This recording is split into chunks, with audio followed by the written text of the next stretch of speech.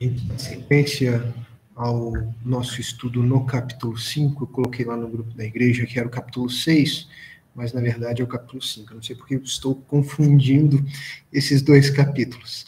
Na verdade, nós vamos tratar da segunda parte do capítulo 5. O capítulo era um pouco extenso, né? E a gente vai concluir o capítulo 5 hoje. Ele trata daquilo que nós podemos chamar de consequências, né?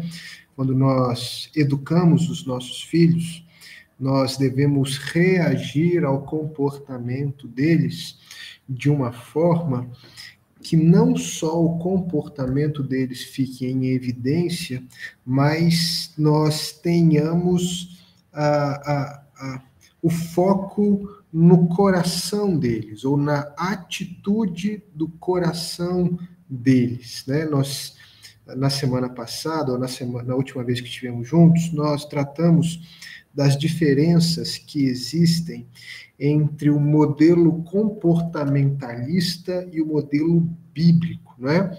O modelo comportamentalista, ele tem como foco o comportamento, as ações que dizem respeito apenas ao comportamento. No modelo bíblico de consequências, o que está em jogo é a lei da semeadura e da colheita.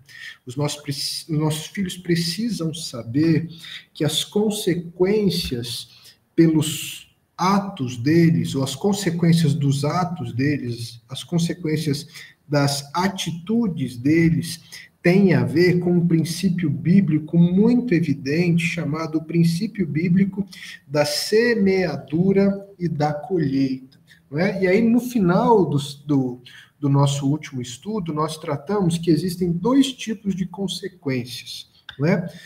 O primeiro tipo diz respeito às consequências naturais, não é? Que são aquelas que acontecem sem que haja a interferência de alguém. Não é? Por exemplo, o que é que vai acontecer se os nossos filhos, ou se o nosso filho, ou se a minha filha, Marcela, por exemplo, a mais velha, esquece de levar o lanche dela para o colégio? Não é? Ela vai passar fome ali na hora do intervalo. Não é? O que é que acontece se o meu filho adolescente perde o celular dele pela segunda vez? Ou quebra a tela do celular dele pela terceira ou quarta vez? Será que eu vou correndo comprar uma nova para ele? Não é? Existem consequências naturais. E os pais, eles devem proteger os seus filhos de não aprenderem com as consequências naturais, porque muitas vezes os pais querem proteger os seus filhos das consequências naturais, dos seus comportamentos, não é? Mesmo quando os seus comportamentos ou o seu comportamento é de fato um comportamento rebelde, é um comportamento irresponsável, é um comportamento relapso. Muitas vezes nós não queremos deixar que os nossos filhos aprendam com a vida, aprendam com as consequências naturais. E existem também aquelas consequências que são estabelecidas pelas autoridades. São aquelas consequências que a autoridade determina os resultados exigidos para enfatizar os princípios absolutos da palavra de Deus. Não é? Elas não têm o objetivo de estabelecer padrões, elas não têm o objetivo de estabelecer os meus direitos, algo do tipo, olha, se você fizer isso, aquilo vai acontecer com você, porque eu quero demonstrar a minha autoridade dentro de casa.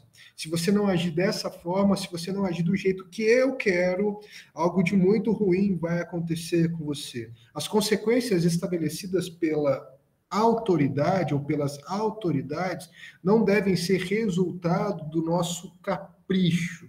Elas devem mostrar algo muito mais elevado, ou elas devem funcionar a partir de um princípio muito mais elevado, na verdade, autêntico. Não é? Nós queremos mostrar para os nossos filhos que eles estão colhendo aquilo que eles plantaram.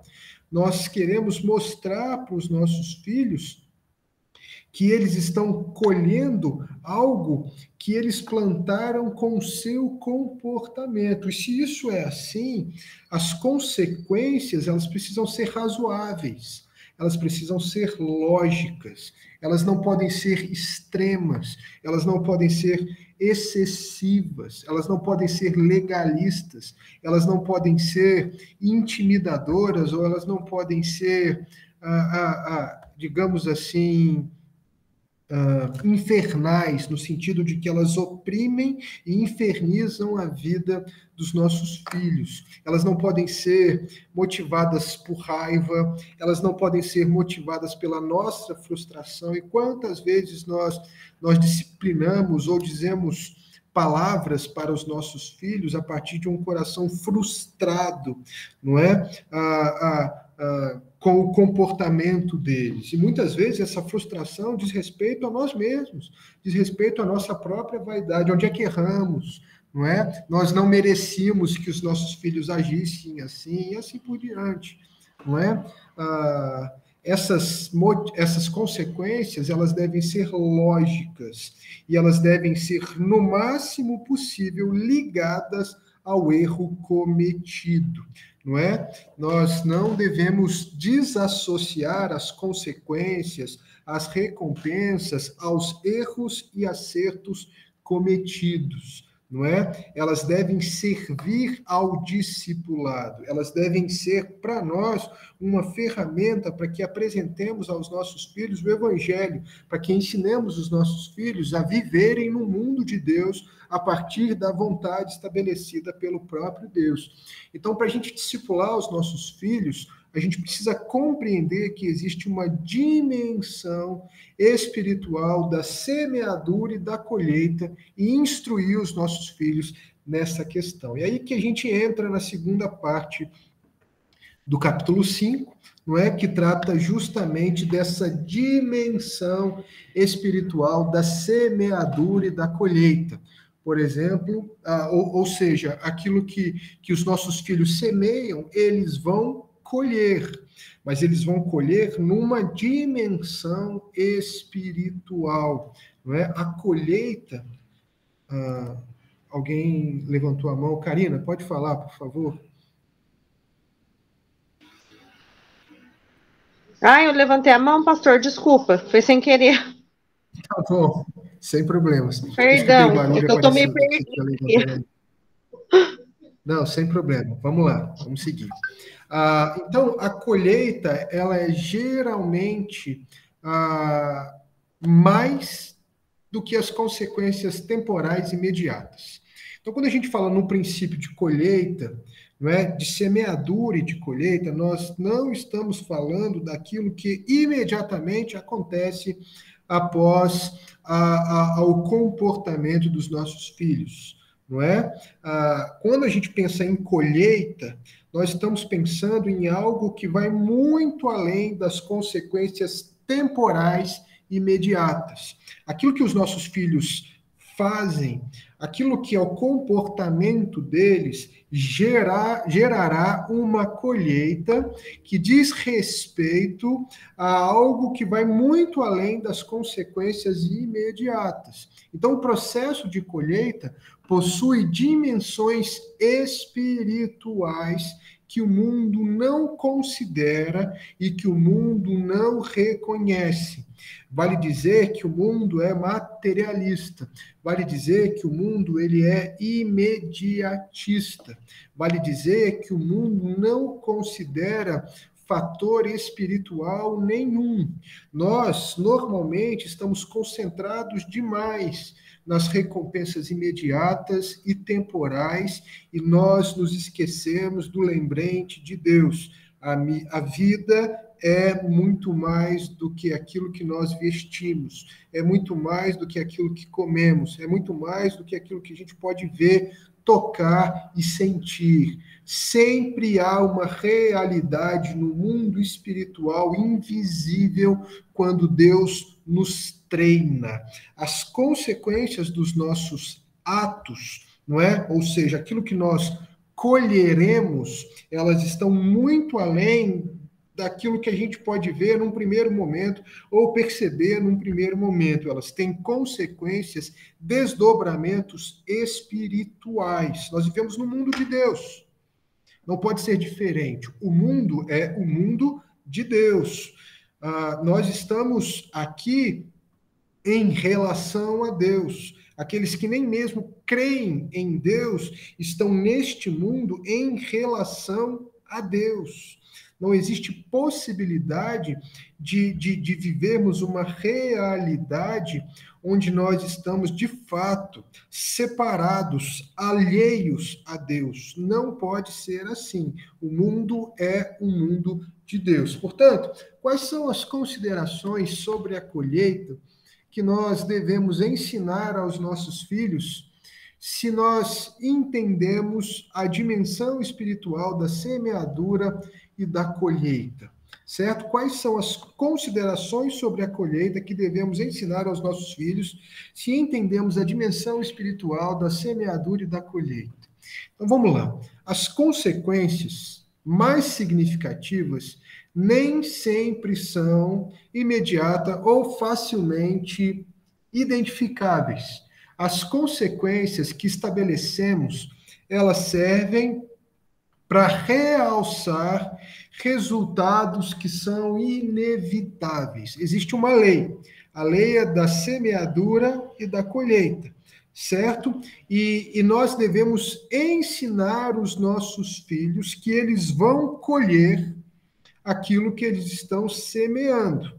E nós, muitas vezes, ensinaremos os nossos filhos que eles vão colher aquilo que eles estão semeando, não a partir de consequências que nós aplicamos neles que estejam imediatamente relacionadas com o seu comportamento, não é? Então, eu quero falar aqui de 6 consequências inevitáveis para todas as ações e pensamentos antes que alguma consequência seja afligida pelas autoridades temporais. Então, antes de aplicarmos aos nossos filhos consequências, não é? A partir do seu comportamento, não é? É preciso que nós saibamos que eles vão colher aquilo que eles estão semeando, quer eles queiram ou não. Existem consequências inevitáveis para todas as ações e pensamentos, e elas independem das consequências que nós aplicamos neles, certo? E eles precisam saber disso. Eles vão colher aquilo que eles estão plantando, quer nós contribuamos para isso ou não. Então, em primeiro lugar, os nossos filhos precisam saber que aquilo que eles semearem, eles vão colher no seu relacionamento com Deus. Então, em primeiro lugar, aquilo que nós colhemos, aquilo que nós semeamos, nós colhemos no nosso relacionamento com Deus. Por quê? Porque de Deus não se zomba. De Deus não se zomba. Abra sua Bíblia lá em Provérbios 5, 21.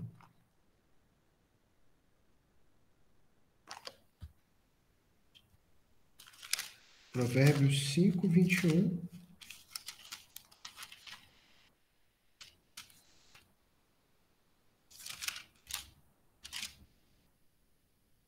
Porque os caminhos do homem estão perante os olhos do Senhor, e ele considera todas as suas veredas.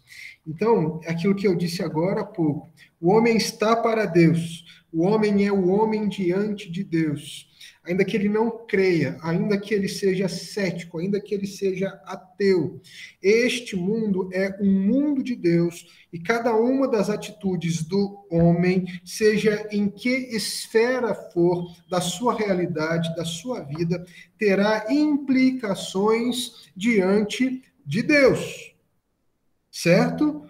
Deus, ou ele é nosso amigo, ou ele é nosso inimigo. Não se pode, por exemplo, ser amigo do mundo e não ser inimigo de Deus, e vice-versa. Nós ou somos o povo da aliança, ou não somos o povo da aliança.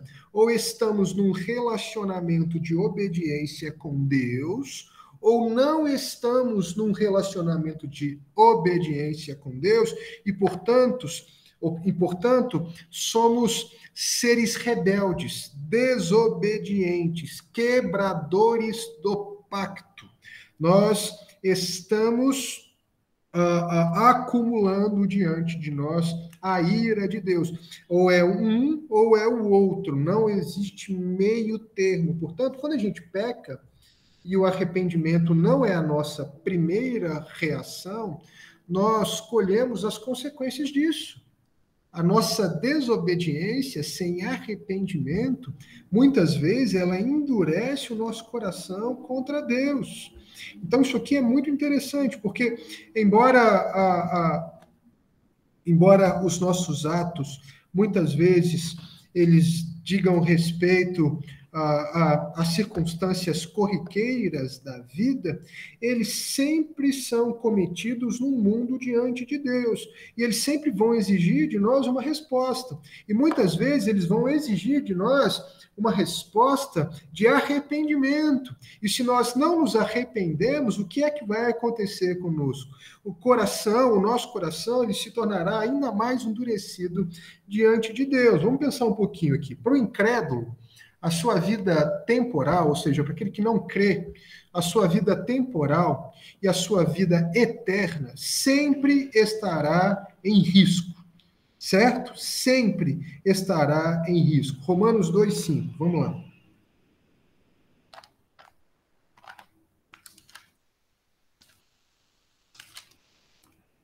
Romanos 2,5.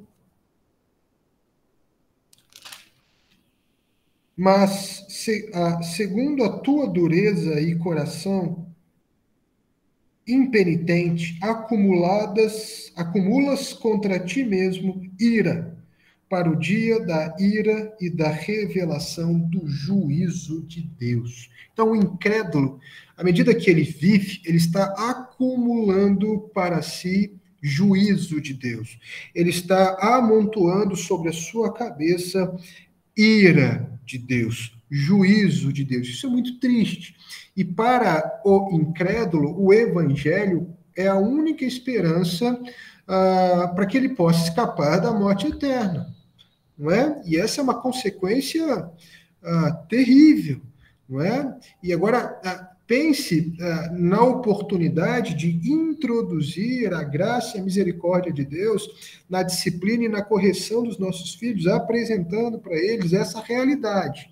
Agora, para o crente é diferente, não é? Para o crente, ou seja, para aquele que creu em Jesus Cristo, para aquele que de maneira rendida confiou a sua salvação ao Jesus Cristo, que morreu e ressuscitou dos mortos, este não corre perigo de destruição eterna, mas se ele não se arrepende de verdade, ele será como a semente que pareceu crescer, mas foi sufocada pelos cuidados do mundo, como o próprio Jesus vai ilustrar na parábola da semente, ou na parábola dos solos, não é? Então, o cristianismo, a conversão, ela tem que ser demonstrada com arrependimento. E a falta de arrependimento, muitas vezes, demonstra uma fé falsa. Mas, se houver fé verdadeira, não é? Não se arrepender pode desenvolver frieza de coração em relação a Deus. Agora, pense na maneira como isso pode impactar a maneira como nós trabalhamos o coração e o comportamento dos nossos filhos. Não é? Os nossos filhos, por exemplo, quando erram, precisam saber que erraram diante de Deus.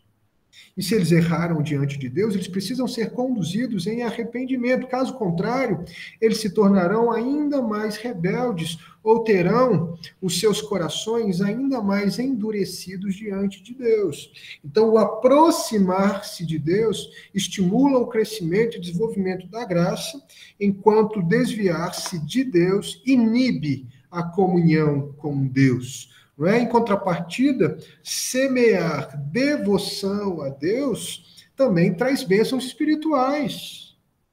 Bênçãos espirituais que são descritas de maneira muito vívidas nas Escrituras. Não é? Uma vida de relacionamento com Deus, ela é descrita de maneira linda nas Escrituras, né? O salmista, por exemplo, Davi, no Salmo 16, vai nos dizer que na presença de Deus, a plenitude de alegria, há delícias perpétuas. A Bíblia vai nos dizer, no Salmo 37, que se nós nos deleitarmos no Senhor, estivermos satisfeitos no Senhor, Ele vai satisfazer os desejos do nosso coração, que serão os desejos dele para nós também. Portanto, nós sempre colheremos com aquilo que fazemos, e isso vale para os nossos filhos, um relacionamento com Deus. Ou nos afastaremos de Deus, ou nos aproximaremos de Deus. E isto independe das consequências que aplicamos a partir do comportamento dos nossos filhos.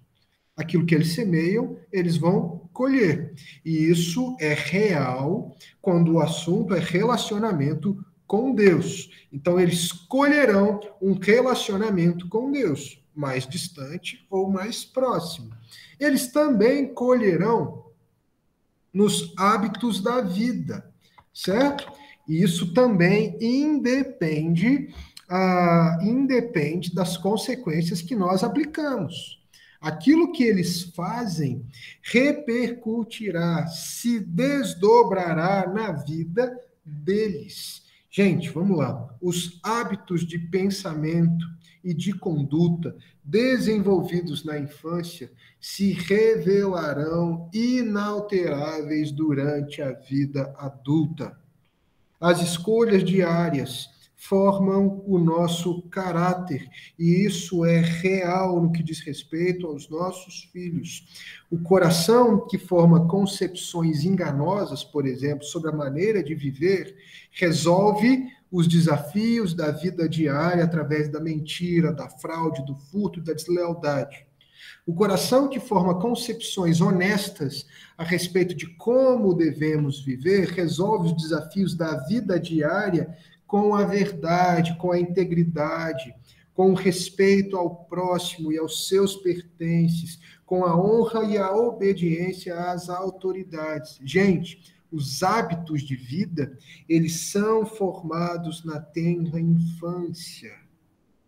Nós colhemos nos hábitos de vida. A lei da semeadura não falha. Portanto, uma birra mal curada ou uma birra não tratada, ela pode virar, por exemplo, uma rebeldia adolescente. Filhos que gritam com os pais. Filhos que muitas vezes agridem os seus pais. Essa birra, ela pode se tornar uma rebeldia na fase adulta da mesma forma. Uma mentira para se livrar, muitas vezes, de uma palmada, não é? Ela pode se tornar um desvio grave de comportamento. Filhos que muitas vezes falsificam a assinatura dos pais, por exemplo, numa prova abaixo da média. Filhos que estão acostumados a colar, por exemplo, nas provas, serão filhos que na fase adulta também terão muitos problemas. Muitos problemas, desvios graves de caráter, de conduta. Então, a gente não deve se enganar. Essas coisas, elas devem ser tratadas de forma devida. Da mesma forma, quando Deus circunda os nossos corações, Ele provê para nós e para os nossos filhos o Espírito para nos motivar e seguir os seus decretos e sermos cautelosos em relação às suas leis. Então, a gente deve lembrar os nossos filhos da disposição de Deus para transformar os hábitos deles e também os seus corações, quando eles confessarem essa necessidade. Portanto, os nossos filhos precisam saber que aquilo que eles semeiam agora com o seu comportamento, eles colherão numa vida adulta. E também nós precisamos saber disso, não é? Nós precisamos saber disso para aplicarmos nos nossos filhos consequências que lhes ajudarão a perceber essa realidade. E vale dizer também que sem que nós precisemos aplicar nos nossos filhos consequências a partir do seu comportamento, eles sempre colherão na sua reputação. Nós colhemos aquilo que semeamos na nossa reputação.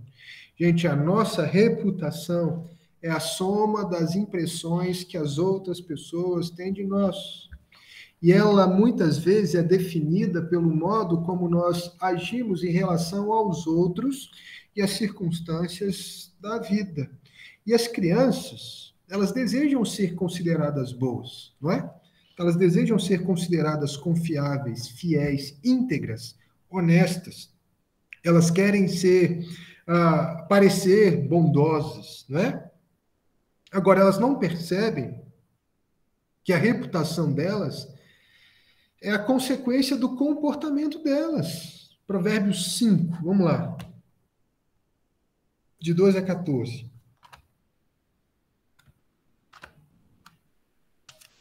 Provérbios 5, de 12 a 14. E digas, como aborreci o ensino, e desprezou o meu coração a disciplina, e não escutei a voz dos que me ensinavam, nem a meus mestres inclinei os ouvidos. Quase que me achei em todo o mal que sucedeu no meio da assembleia e da congregação. Então, prestem atenção.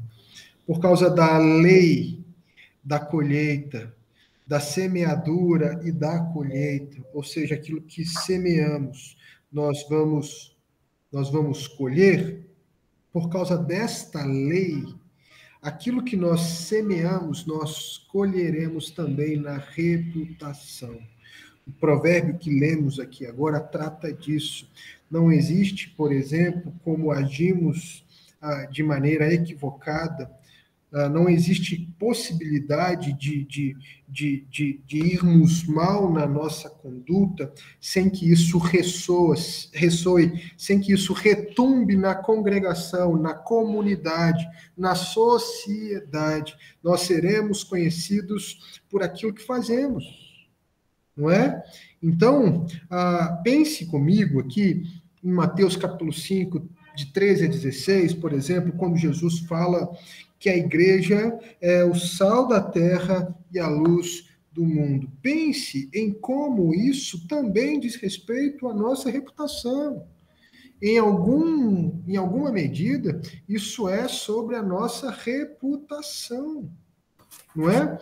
O nosso comportamento no mundo, ele muitas vezes impele o mal, muitas vezes ele repele o mal, não é? Muitas vezes nós incentivamos o mal e muitas vezes nós reprimimos o mal. Então, ser sal da terra e luz do mundo é, de alguma forma, sobre a nossa reputação. Então, a reputação, ela serve como um meio de preservação contra o pecado e serve como uma luz que brilha em meio às trevas do pecado, com o objetivo de trazer louvor para Deus. E as crianças, portanto, precisam aprender a perguntar: que efeito o meu comportamento produz nas pessoas do meu mundo?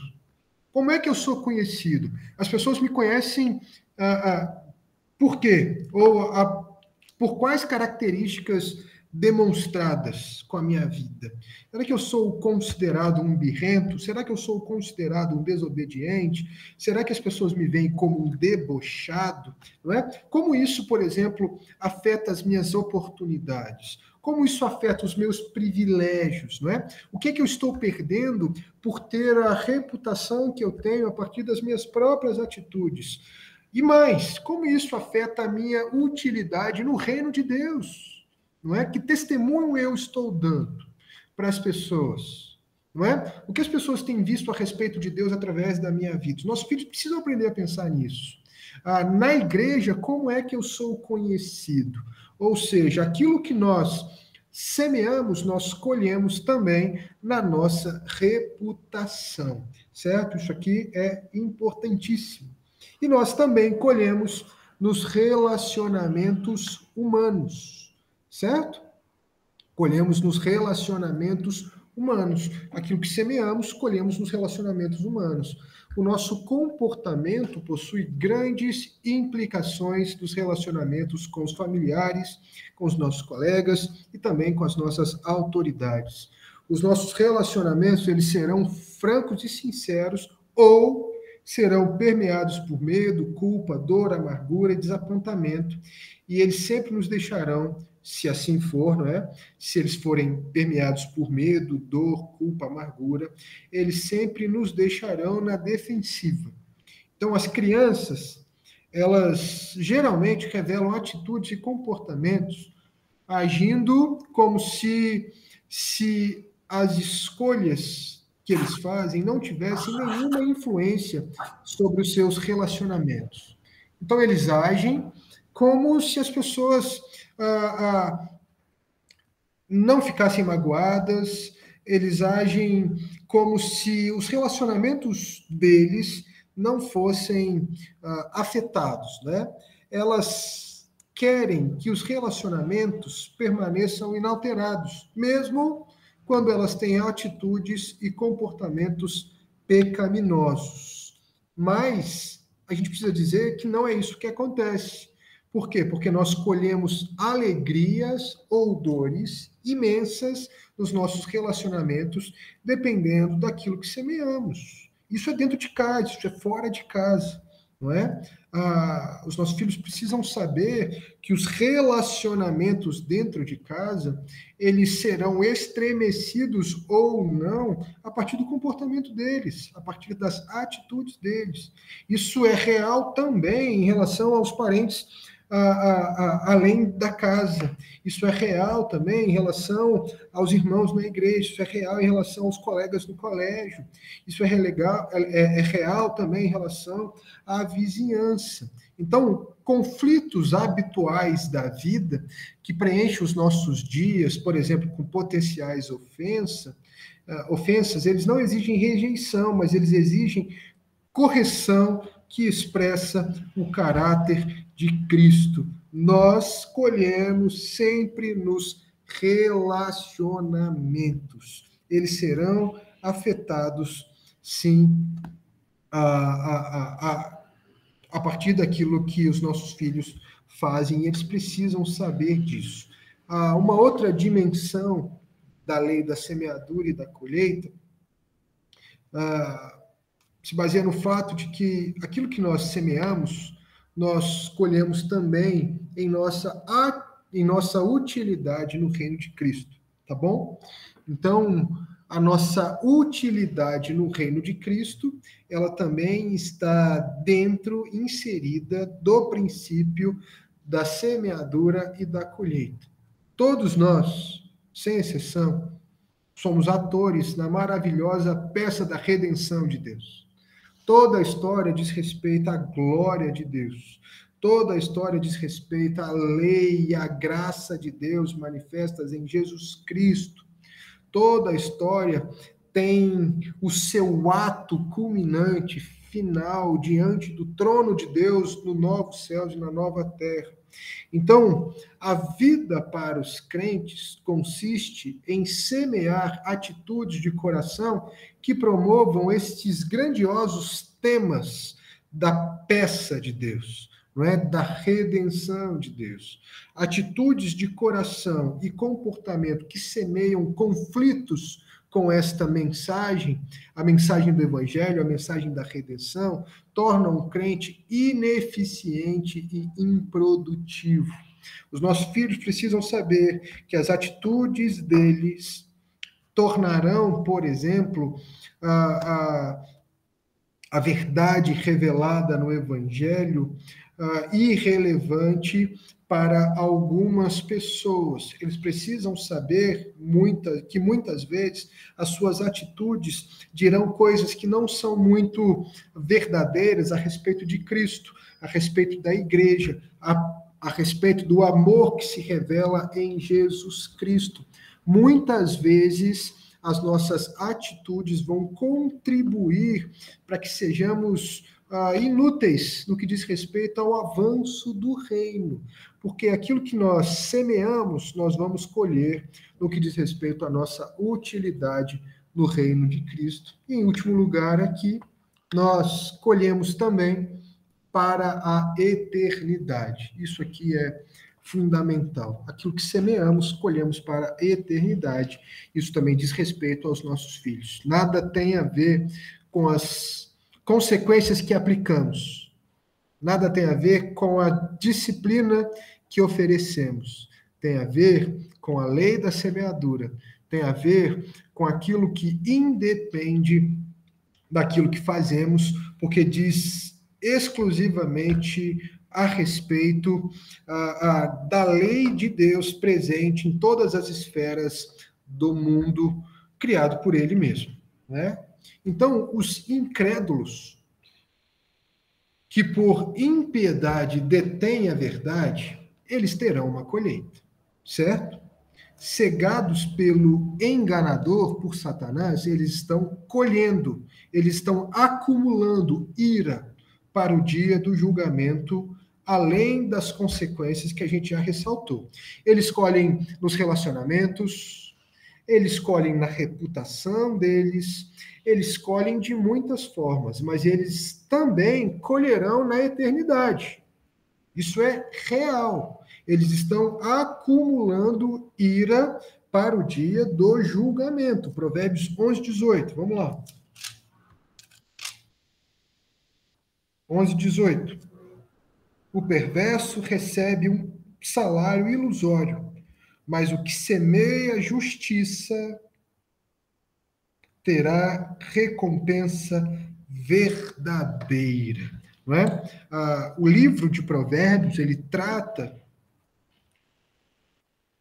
do ponto de vista da justiça de Deus. É lógico que a questão da eternidade não é muito bem desenvolvida no livro de Provérbios por causa do montante de revelação que eles tinham. A revelação ainda não era uma revelação completa, mas há no livro de Provérbios uma expectativa de retribuição eterna, não é? Para justos e ímpios. Então, vale dizer que a recompensa verdadeira, ela vem para o justo, e o ímpio recebe um salário irrisório, um salário ilusório, um salário que diz respeito apenas a esta vida, ou seja, o que é deles está preparado, porque de Deus não se zomba. Isto é evidente nas Escrituras. Agora, os crentes também colhem para a eternidade. Todos aqueles que se arrependem, creem em Jesus Cristo, um dia desfrutarão de novos céus e nova terra. Entretanto, nós temos indícios bíblicos de que a maneira como nós vivemos aqui terá implicação direta na coroa que depositaremos um dia aos pés de Cristo. Do que eu estou falando aqui? Estou falando de galardão. Existirão níveis de galardão, certo? Toda a nossa vida de semeadura para o Espírito terá implicação no nosso eterno desfrute da glória de Deus. E de onde é que eu tirei isso? Eu tirei isso da própria Bíblia, das Escrituras. Vamos lá, 1 Coríntios 3.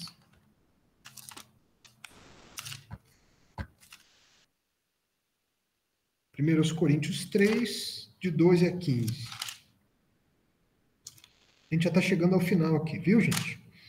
1 Coríntios 3, de 12 a 15. Esse é um texto, para muitas pessoas, enigmático. Muitas pessoas interpretam esse texto de maneira equivocada, mas eu tenho a impressão de que a mensagem dele é bem clara aqui.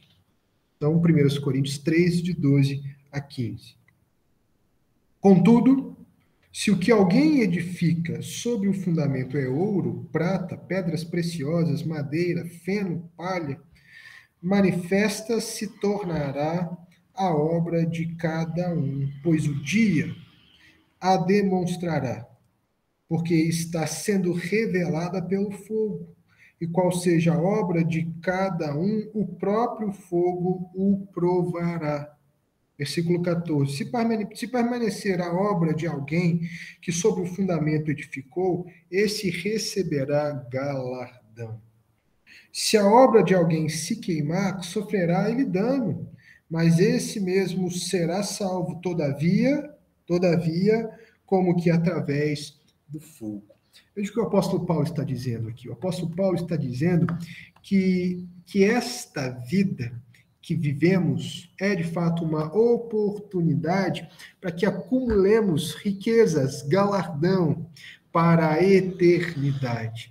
O apóstolo Paulo está falando de pessoas que edificaram as suas vidas de tal forma que amontoaram pedras preciosas, joias, que no último dia serão revertidas em galardão. O apóstolo Paulo fala de uma vida que procurou de todas as formas agradar a Deus e que terá como recompensa galardões no último dia. Gente, não me entendam mal aqui. No último dia, nós, salvos, estaremos satisfeitos diante de Deus.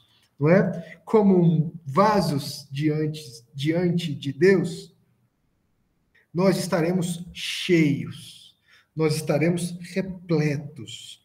Mas naquele dia haverá diferença de tamanho entre os vasos.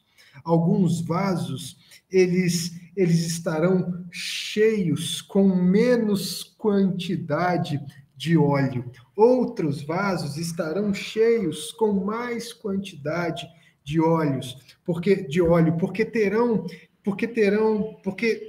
viveram de forma a se preparar para a eternidade, não é? Então, nós não devemos pensar no céu como um escape do inferno.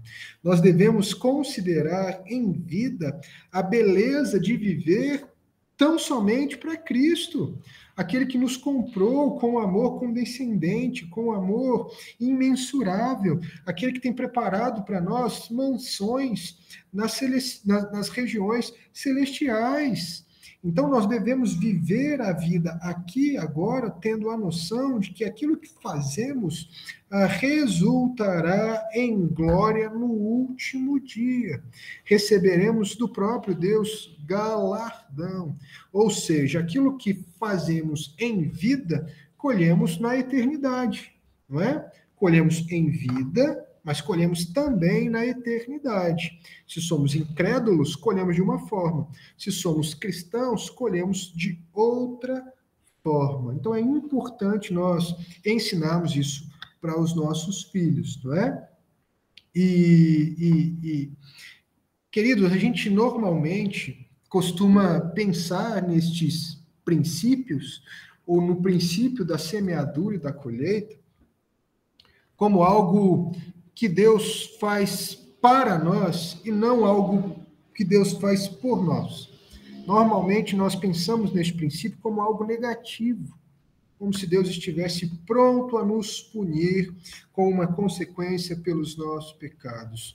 Nós sempre pensamos nisso como uma espécie de restrição, como uma espécie de punição, como uma espécie de ameaça de Deus, não como uma espécie de bênção dada a nós por Deus, e não como algo que Deus estivesse dando a nós ou fazendo por nós. E se nós pensamos assim, normalmente, nós temos a tendência de usar essas leis espirituais com o objetivo de amedrontar os nossos filhos, com o objetivo de aterrorizar os nossos filhos, numa tentativa de mantê-los no caminho certo, não é? Quantas vezes nós dizemos, olha, Deus castiga, não faz isso não porque Deus castiga. A gente usa essas leis, a lei da semeadura, como se elas fossem de fato um castigo, como se elas fossem algo que Deus faz contra nós e não por nós. E se nós ensinamos isso aos nossos filhos, nós ensinamos errado.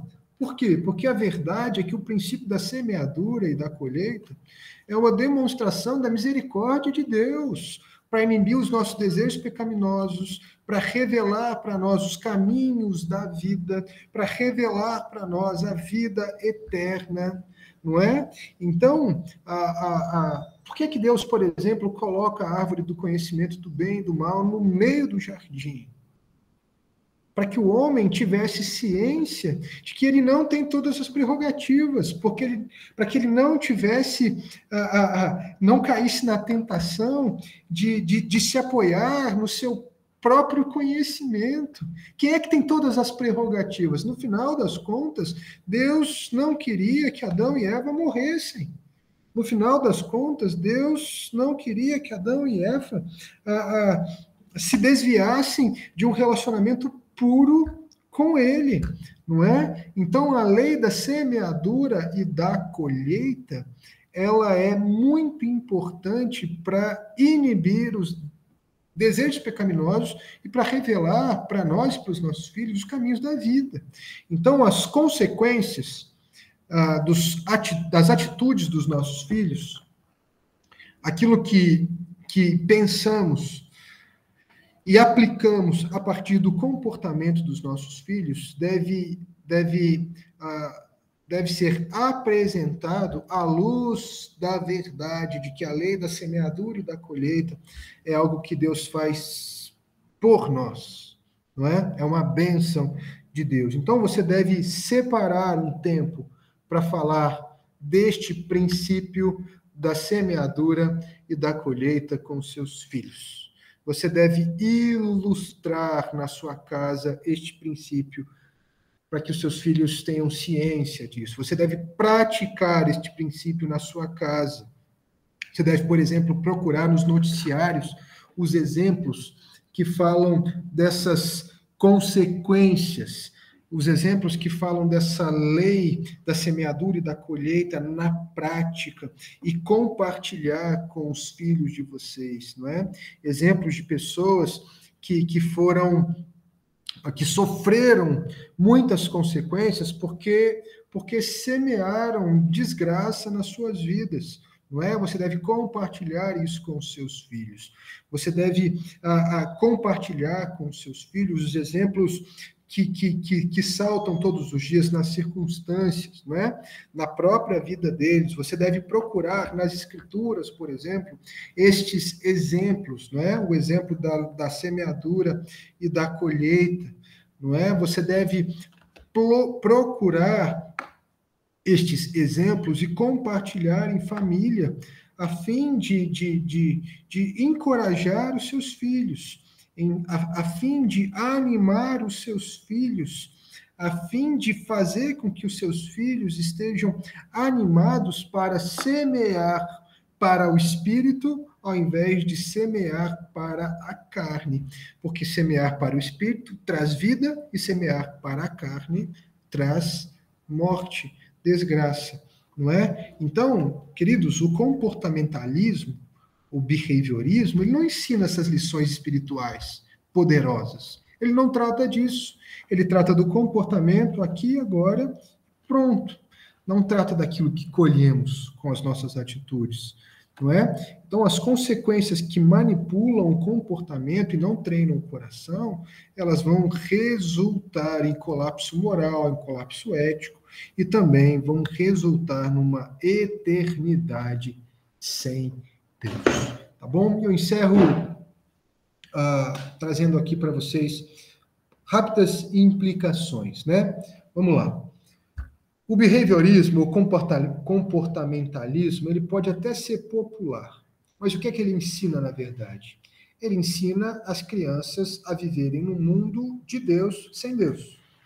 Ele ensina as crianças a viverem num mundo de Deus sem atentarem para a realidade de Deus, não é? Então, como a gente pode apresentar honestamente as consequências aos nossos filhos de modo a espelhar o princípio bíblico da semeadura e da colheita? Então, em primeiro lugar, a gente precisa ser estudioso das Escrituras. Ponto. Nós precisamos ser estudiosos das Escrituras. Deuteronômio 32. Vamos lá.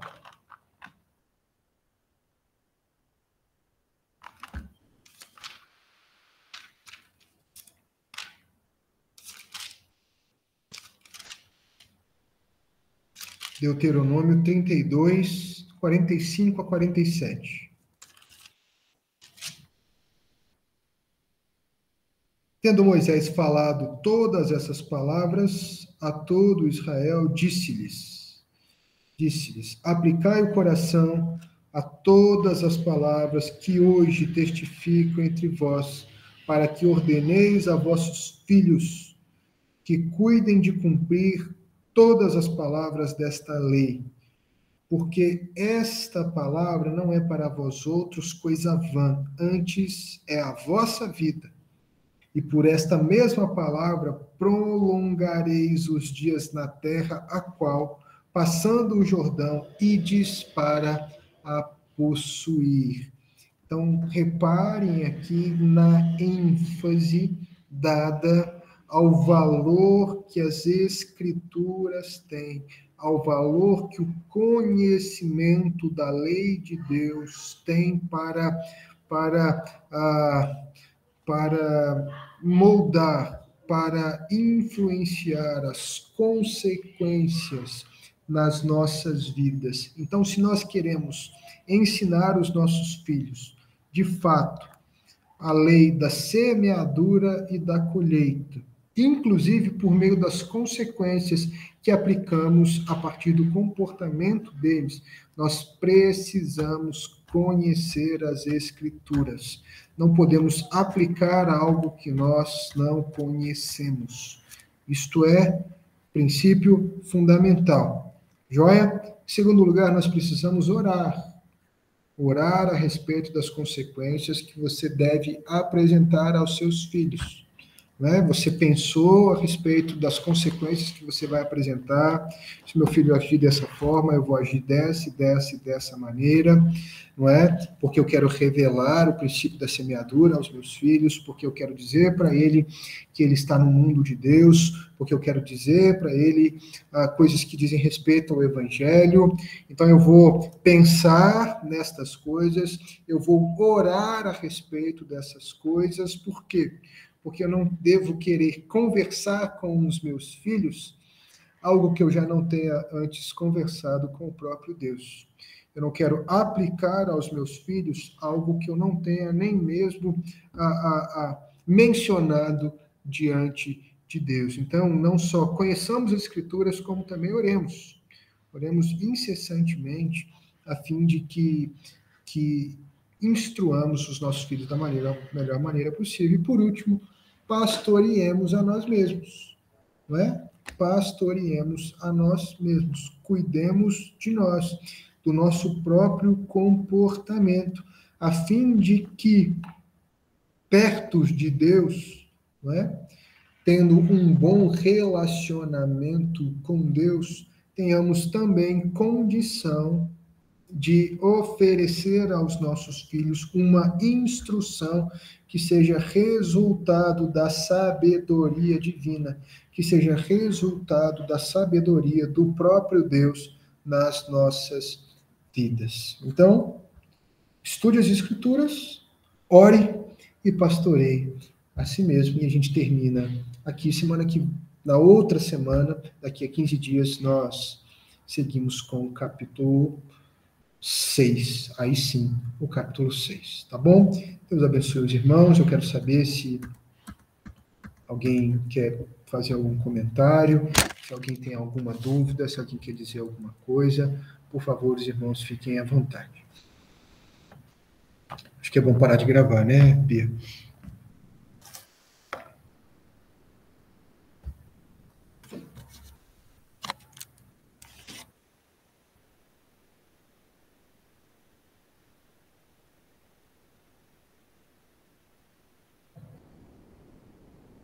Alguém quer compartilhar alguma experiência, alguma coisa? Eu estou vendo aqui todos os áudios. Pode falar, Gustavo. Oi, Ivani. Oi, pastor. Tudo bem? Tudo jóia?